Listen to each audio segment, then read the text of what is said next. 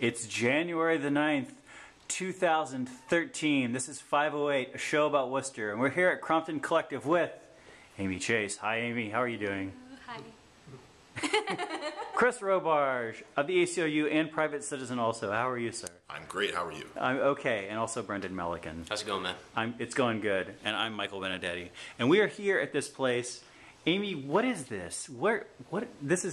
This is on Green Street? Yes, 138 Green in the Crumpton Place building. And it's kind of just like, I mean, it's like gigantic, and it's just got like a lot of awesome stuff. Good stuff.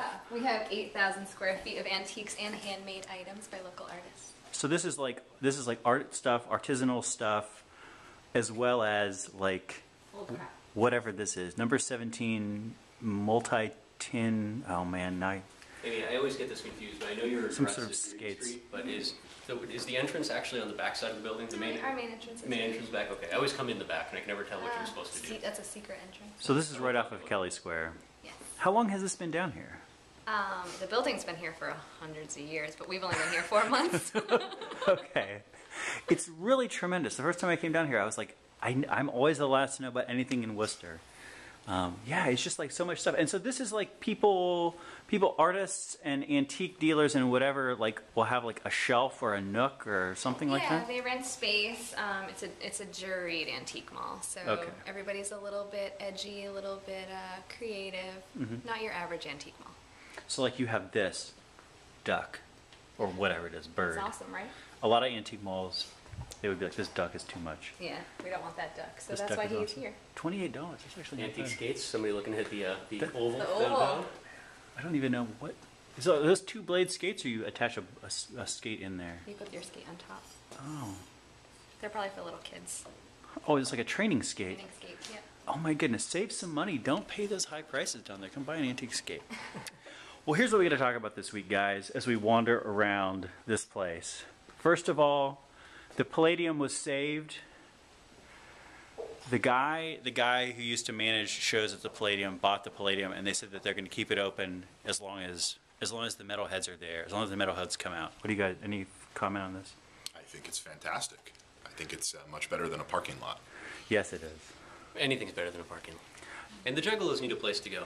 Yeah, and we need a place, and I think we need a place to interact with the Juggalos. I mean, you know, if it wasn't for the Palladium and Moyna's Tavern, my interactions with Juggalos would be zero, and my life would be less complete for it. It's an important thing, the Palladium. I'm really happy that it was saved. We're going to talk about panhandling this week. We're not going to talk about this till the end of the show. We got a bunch of media stuff we're going to talk about this week. Front Street was opened up. Were you in town for the opening of Front Street? I was. Did you go to that ceremony? Didn't go to the ceremony, but I did drive down it about 5 times in the first 24 hours. Did you go down to the ceremony? I missed the ceremony, but I did the same thing. I did the loop. I was out of town for New Year's, but last night I went out to dinner on Shrewsbury Street, and I coming back down, hit that light, and all the signs are still like the old signs pointing in the wrong, like right and left or whatnot, and it says screw it, and just went through it. That was the craziest thing that I've ever gone through. Like I totally thought the whole like opening up was overblown, and it made a big do about nothing that probably shouldn't have happened in the first place. But it's awesome driving through there. It's just this like big cavernous, and then you just pop out in downtown, right? And it's this nice sort of like you think you know the city, and then you're in this little tunnel that throws you off. A lot of fun. I tell you, Go take a ride. I walked down it on January the 1st. I got back. I got the Greyhound back into town, and I was walking home, and it of course the fastest way to get anywhere is now through that street. And I was amazed. I was excited to walk down the street. I was also amazed that it really felt exactly like walking down any other street in downtown Worcester to me, at least in that section. I was surprised at how disorienting it was and how much it seemed to like make sense. It was good. Amy, are your registers still open? Because I'm going to just, while we're walking around, to start picking things up to take home with me. You can. What are you looking at? What are you Look looking at rings. These rings are awesome.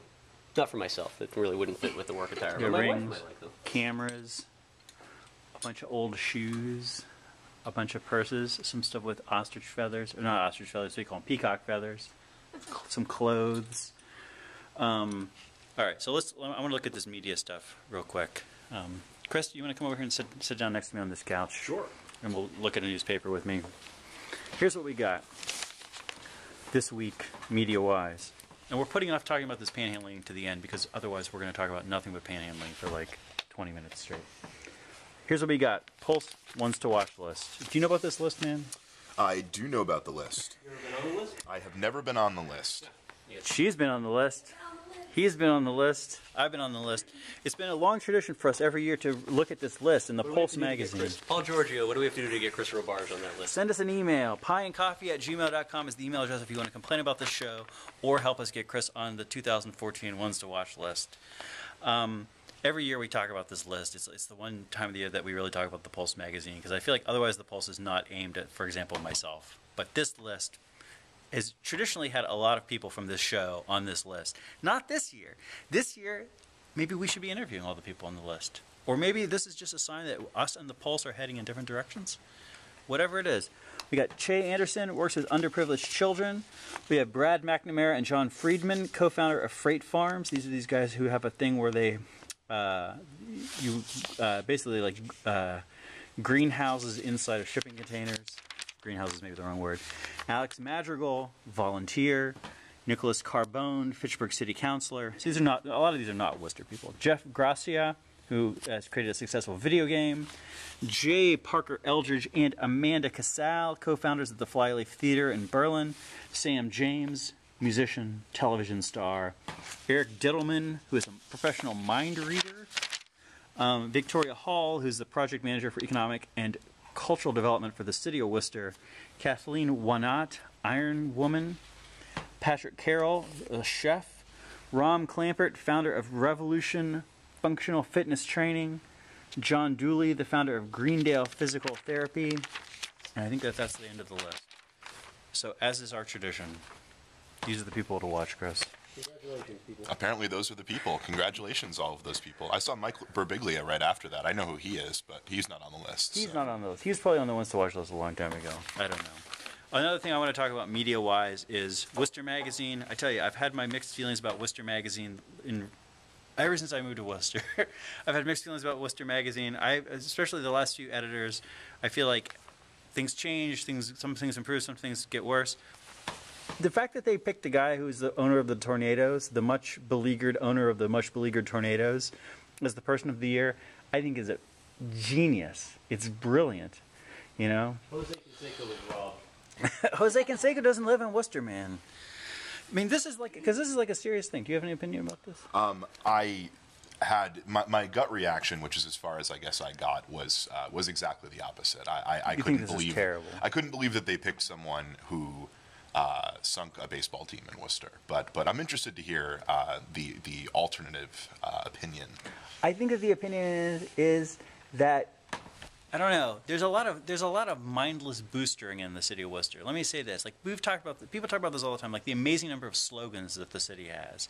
You know, like the city itself, after being burned down multiple times by the natives, like changing its name from Quinsigamond to War Castle, perhaps in an attempt to seem more intimidating, so it wouldn't get burned down again. Like empty marketing is like the origin of the city of Worcester, right? And I feel like, I don't know, I feel like I just like this idea of them just like taking a risk. Let me say this, taking a risk at the very least by saying, Okay, I would give them taking a risk in that decision. We're going to pick somebody who has done like has taken a risk and it didn't work out, and maybe it will work out going forward. But at this point it's kind of a fiasco, but nonetheless, I don't know.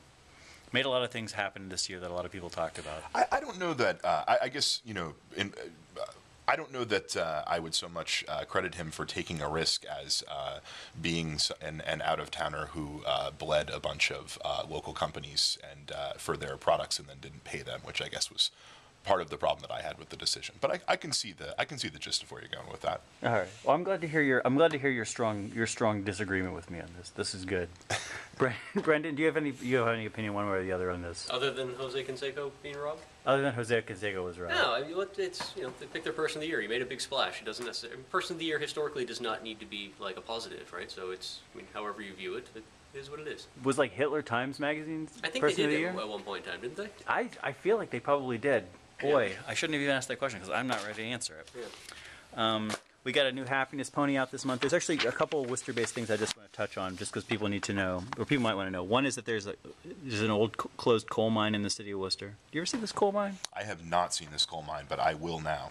Well, we have a map. We have a map in here also. You can also kind of Google this, but you just go get this happiness pony at a local. What part of the city, Mike? This is by well, here's the map. So this is like Lake Quinsigamond here, and this is like Green Hill Park, kind of coming towards Lake Quinsigamond, and it's like right here. So you can kind of go out. It's on the East Side Trail in Worcester, which is a trail that goes, I guess, between Shrewsbury Street roughly and Lake Quinsigamond. But and I mean, we have this photo and we have this map because you're just going to kind of look at this. And when you get there, you might look at it and say, okay, oh yeah, this could been an old coal mine. But otherwise, it's sort of hard to tell.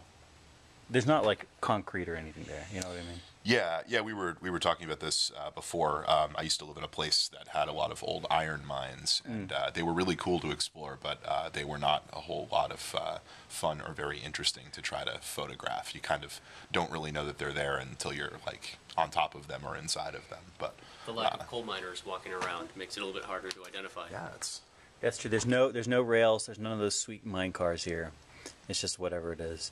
Another piece of information people probably need to know about, want to know about, is the fact that the City Hall Christmas tree has a door. Here's an unnamed person entering the door of the City Hall Christmas tree. So you could just go. You could just go in there if you're downtown. You know, you go ice skating. You get some lunch. You want to have a picnic. Why not inside the City Hall Christmas tree? They sell refreshments in there, right? Inside the tree? Yeah. I haven't been inside the tree. I've looked inside it. I heard that's where they moved the snack shack for the skating was inside the tree. So if you're downtown looking for something to eat, just pop right in and they'll be happy to serve you. They really should probably run something out of this, It would right? be very elvish. Yeah, that would be pretty awesome. It would be. Yeah. Oh man! Can you imagine any kid who's like, "Oh, let's go rent some ice skates." Wait, From the the ice skate Christmas place is in a Christmas tree? Are you kidding me? And the guy's dressed as Santa Claus is running the skates. Yeah. You telling me you can't charge $1 more for skates? You guys would pay $5 more for skates for that. That's incredible. Yeah, boy, what else is going on? Boy, this panhandling. I so much want to talk about panhandling, and we're so going to put it off until almost the end of the show. Oh, we also have this email list. We have this email list out now. Basically, the idea is to try to have like a nice wrap up of dry city government news twice a week for people who feel that they want to have some duty to follow this stuff, but aren't necessarily crazy enough to actually follow it. That this is a thing you could subscribe to, and you could get some emails every week that would just give you like information about city meetings that had happened, city meetings that are coming up. You look at the subject lines and say, "Oh, I'm really concerned about this or that coming in. Oh, I had no idea they're going to build a nuclear reactor in Worcester. Maybe I should go to that meeting." And if you go to wrcstr.com, you can subscribe to that list. Just to clarify, there is not a nuclear reactor being built in Worcester. That was an example of something that could come up that you might want to be aware of. But let me tell you, if is the Telegram and Gazette going to tell you about that? They're going to tell you like the day before. Are they going to tell you when the zoning board meeting They is didn't coming even up? tell us About there was a coal mine in the middle of the city. Thank you. All right. Well, actually, they did, but Did they? they had a little article about it last year. No. It didn't talk about the fact that Worcester is rich in peat, though. Albert Southwick doesn't want us to know that it's rich in peat. Only Happiness Pony talks about The our. locals will start moving in on the peat industry. Speaking of peat, here's eat. What else? Do you want? Let's walk around and just look at this stuff for a second here. Amy, lead the way. What should we be looking at? Oh man, more Christmas stuff back in here. Like roller skates. Where? That's for oval tooth. Summer oval. Have you guys been skating back there? I still haven't been. You have? I went opening night. Ah man, I went opening night and they ran out of skates. I Yeah, didn't that's get a to problem. They seem to have like 2 pairs of all of the sizes of skates that anyone would wear. Man. I have been skating now twice, but I've also waited 2 hours to get skates both times, which I guess means I should just buy my own skates. But There's some antique ones here. I like this. I like this idea of the antique skates, the old school stuff. These are really. Wow, what the heck is this? These like Christmas ornaments? I don't know. Look at the bow ties. These are ties. More bow tie stuff. There's so much good bow tie stuff in here. There's like there's like a sports memorabilia thing back in here. Look at that.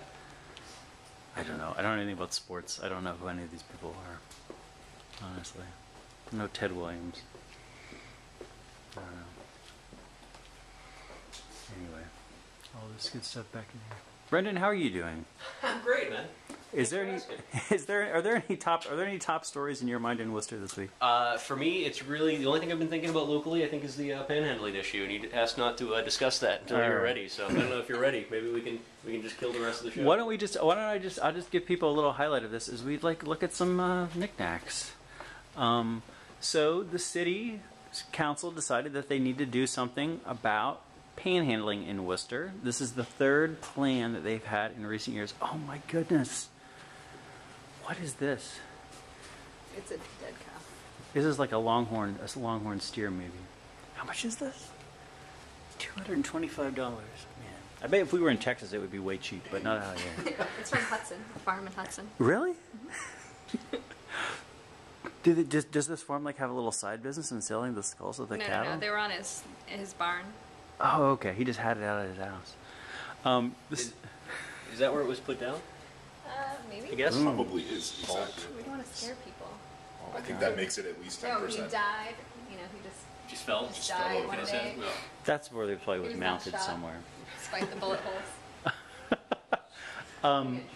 So the city has its third anti-panhandling plan, and the city council looked at it and they said, okay, we're not going to just vote on it, we're going to send it to a committee. So they sent it to a committee which was made up of 2 other committees of the city council, and they talked about it. Yeah, and they talked about it the other day. What? And there are 3 parts of this. Three kinds of ordinances in this. One of them is about traffic safety. It's just like don't run around in traffic, don't play on traffic islands, and that part, in my opinion, is pretty reasonable. Stuff you learned when you were 5. Well, stuff you learned when you were 5, stuff that's probably already illegal by other ordinances in the city. One part of it is about not harassing people. Oh my goodness, they have like note cards here. This is the worst presentation of panhandling stuff ever. Oh look, a squirrel. And one part of it is all about not harassing people and not being persistent in panhandling from people and not being threatening and not being creepy. And one part of it is about times and places where panhandling will be illegal. And this is not just talking about panhandling, this is talking about kids trying to raise money for Little League. This is talking about nonprofits. This is actually talking about anybody who needs a quarter or needs $1 for the bus or whatever, or is in a hard time and wants to ask somebody else for help. Which is why it's a little bit troubling to have time and place restrictions on this. These time and place restrictions would say you can't ask for money if somebody is walking. Actually, any place of public assembly, which seems like a broad piece of legislation to say you can't ask for money in any place of public assembly. You couldn't ask for money near banks. You couldn't ask for money near bus stops. You couldn't ask for money around dusk, at night, or around dawn. And so this is just a little bit troubling to people. And so a number of people came out and spoke about this at the meeting. There were some business leaders who came out and spoke about how panhandling is negatively impacting people's view of the city. Oh my goodness, this is like the most Christmassy stuff ever. It's negatively impacting people's view of the city, or it's making it so that people don't want to go to their businesses because there's creepy panhandlers around. They didn't really speak so much to specific parts of these ordinances that they liked. But there were a number of people who spoke about parts of the ordinances they didn't like, specifically that third class of time and place restrictions. And the City Council had a very considered and compassionate discussion of the first 2 parts of it, the traffic stuff and the behavior stuff. They also didn't talk about the time and place restrictions, nor did the city's lawyer talk about the time and place restrictions, which was a little frustrating. Just because I don't think it's the end of the world if this stuff gets passed, but it would be interesting to know why they think that those things are important, why those restrictions might actually not just like undermine the sense that like Worcester is a friendly city where you could ask somebody for help, you know. And I actually asked the city councilor afterwards. I said, like, what about this third category of stuff? Like, I stood up before the meeting and I said I was concerned about it, and I explained why. I didn't think it was the end of the world, but I thought it was probably a bad idea. Why didn't you talk about it? He said, well, it's not in there. And I said, well, let's look at the ordinance. And he pulled a copy of the ordinance out of his pocket. Sure enough, it was in there, and he was very surprised to see that part in there. So I don't know. I'm hoping that the city council, when they discuss it, will talk about these time and place restrictions, because the committee didn't talk about them. Boy, that was my rant. I'm not going to say anything else. Chris Robarge. Yes. Your take. I think it's a really bad idea. Let's walk back in here. I think it's a really bad idea for a lot of reasons. Okay. I think that it's incredibly incredibly overreaching, far beyond anything that is reasonable. Okay. I don't think it's going to be effective at solving any of the actual problems that cause people to go out and ask for money. And in just the first place. just to interrupt you, Sure. whenever I spoke to the city council, I challenged them to say, explain to me how this is going to be effective. And to their credit, Connie Lukes and others of them said in their comments to the audience there, this really isn't going to do anything. And so why are all you people worried? Yeah. And I thought that was sort of an amazing admission that, like, this is a sort of ineffective piece of legislation, but why not pass it? Because, it would be fun to pass some legislation. I think that there's there's constitutional concerns to that, and then there's just sort of general concerns. But actually, to sort of talk about something on the side for a minute to what you were just saying, what seems really interesting with me with council, and I've always gone to council a fair amount, but especially now, I'm there and I follow what they're doing, and I follow what the committees are doing a lot more than I used to. And what I've noticed is that they set out dialogues for us, and because of the ways in which the meetings are structured, we never know what the dialogue is going to be beforehand. Okay. So the first time that they talked about, well, the most recent time that they talked about this before the committee hearing, the dialogue was something needs to be done and we've got the solution to do it because this other thing didn't work. Right. And so we all went to the meeting prepared to discuss that. And then at the meeting, they throw this new dialogue at us, and they say, "Well, we're not really, what we're doing is almost nothing. Like, what are all you crazy people so worried about?" And then, like, that's the new dialogue. Mm-hmm. So everybody gets to present beforehand as citizens, and then they tell us all that we're nuts and that there's nothing to be worried about, and there's nothing of concern in the ordinance.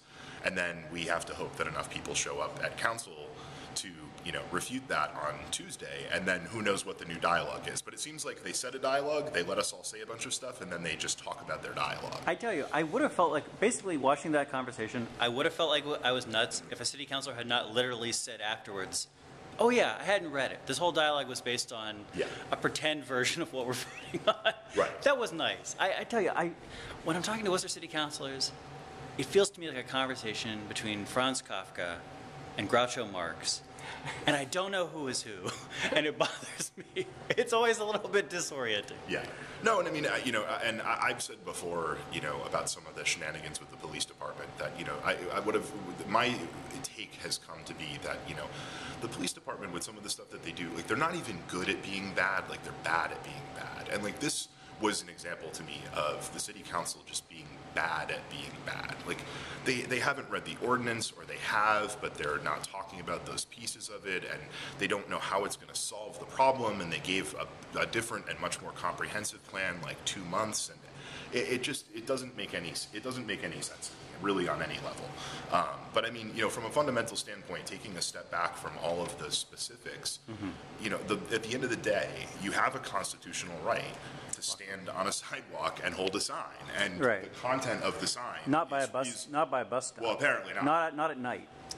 The content of the sign is really irrelevant, and I mean, to me, it's kind of that simple. But on the bad at being bad thing, you had things like the city solicitor saying in a meeting, basically, being asked, well, would this affect politicians in Newton Square? And him saying, well, no, because if somebody would have to call the police, and no one would call the police on that. And then even if they did call the police, trust me, I will be calling on all sorts of people. But saying, even if the police were called, they would have the discretion to decide whether or not it was really a situation of concern. I mean, they essentially said, we're going to enforce this on scruffy people asking for change, and not on Bill Eddy standing in Newton Square doing a stand-up. I mean, that's pretty bad at being bad. That's weird to me, and this is actually something that, again, like, in complaining about this to people, that I've heard from a number of people, which is, well, at the end of the day, this is all about police enforcement, and the police will do a reasonable job of enforcing this. So, like, you don't have to worry about the fact that this law is making a ton of stuff illegal that should be, that we actually all want to be legal. And I don't like this because I feel like when we have something which involves, like, civil society and religious expression and civil liberties, I want us to do a good job. I want us to pass a law that is the law that we want, and I want the police to enforce the law that we passed. I don't want us to say, it's too hard for us to pass a law that's an actual law that we want, and so the police have to now be twice as good because they have to like they have to guess what we're going at as well as enforcing it correctly. This is too important for that. Right. Come on, people. Or to say, we have laws, by the way. If somebody's harassing you, following you into a building, if you say no and somebody's tracking you down the street or touches you or comes up and starts banging on your car, we have laws like disorderly conduct or trespassing if you're on property you're not supposed to be on. We have laws on the books to cover these things. Harassment and assault are mentioned plenty of times in the MGL, where I don't think the city of Worcester needs to overthink. And the problem, if there's a problem... Look at this scale. Chicopee Falls, Massachusetts. That is the single-sided scale of Worcester justice right there. It has one pan.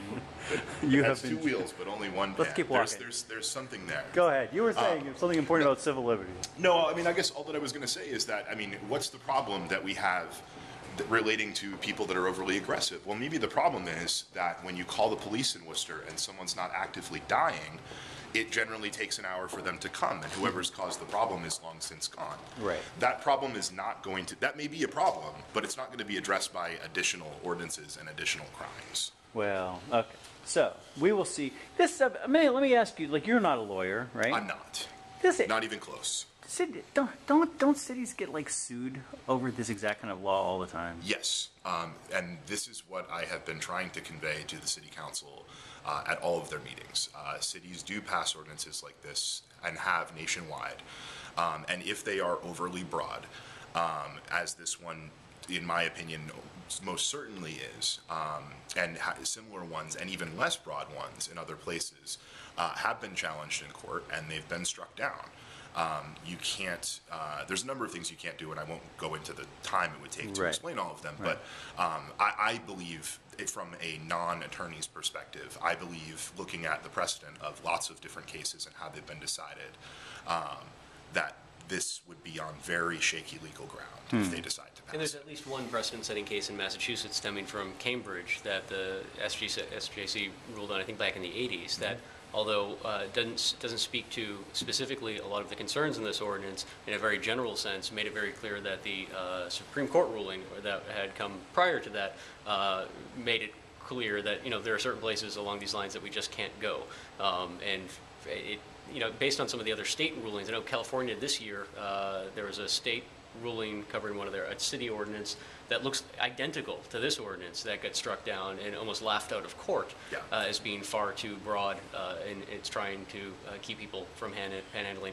It doesn't look good. I mean, what's crazy too is that the number of cities and towns that seem to be taking a look at what we're doing as something they should also do, as opposed to looking at the court precedent that's out there that probably says in a long enough timeline this won't last. Right. Yeah, and I mean the case that the case in Massachusetts is a case called Benefit versus Cambridge, and it's a case that people should look at if they want to learn a little bit more about this. If any city councilors are watching, it's the one I keep mentioning, and I suggest once again that you take a look at it. Ask the city solicitor about it at the meeting. And the city solicitor, to their credit, it is mentioned in the manager's memo right before they, then plow right past it and do things that would violate it.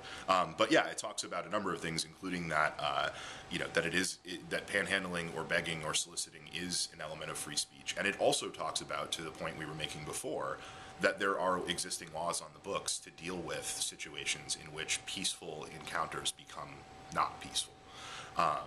But I mean, it's absolutely true that these things have been struck down in many places, and I guess the proof is in the pudding there. We've only got about a minute left. That's the thing that really bugs me too. And you made some comments about the police and whatnot, but I think ultimately, if you look at where this ordinance came from, it seems to be stemming from a lot of business owners who are frustrated that the presence of panhandlers either on their property or off is bad for business, and that's the thing that seems kind of crass in a way, where we do have ordinances like trespass laws and whatnot that could deal with their needs and their concerns without recreating the wheel. And if they're not taking advantage of those existing ordinances, why would we think that they would even take advantage of new ordinances? I think that, and I know very quickly, I think that one thing that has been very interesting to me, and I know a few other people have pointed it out, is how incredibly quiet the police department has been throughout this entire conversation. They haven't been at any of the meetings. They haven't made any comment in public. They haven't made any comment. And they're very capable of figuring out a way to inject their position in something that they care about. On many other things. So I don't know what it says, but it says something. Well, I tell you what I want to talk about. I want to talk about this amazing case of jewelry here at Crumpton Collective. It was 136. What was it? Was the address? 138 Green Street. 138 Green Street. This is a place you could go if you want to look at knickknacks, if you want to argue with people about city politics, if you want to. Do people ever go on dates here? I don't know. I would totally go on a date here. Maybe I'm just a weirdo. I think it's a beautiful place. Amy, Brendan, Chris, thanks for being on the show. Man.